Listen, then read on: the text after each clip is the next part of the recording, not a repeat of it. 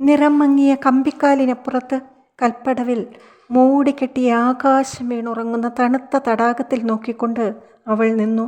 ക്ഷേത്ര പരിസരവും മണൽ വിരിച്ച മുറ്റവും മണ്ഡപവും ഒഴിഞ്ഞു കിടക്കുന്നു. 3 പഹാടി ചെറുക്കന്മാരെ കയറ്റി തുഴഞ്ഞു വരുന്ന ബോട്ടിൻ്റെ അരയന്ന തല തൻ്റെ ചുവട്ടിലേക്ക് അടുക്കുന്നത് കണ്ടപ്പോൾ അവൾ നോക്കി. മഞ്ഞ പല്ലുകൾ കാട്ടിച്ചിരിക്കുന്നു. അവൻ താഴെ തോണി അടുപ്പിച്ചു. സീസൺ എത്ര വേഗം കഴിഞ്ഞു മേം സാബ്. ശരിയാണ്, ആരും വന്നില്ല. അവളും അസ്വസ്ഥമായ സ്വരത്തിൽ പറഞ്ഞു. ആരും വന്നില്ല. അടുത്ത കൊല്ലം നോക്കാം അല്ലേ മേം സാബ്.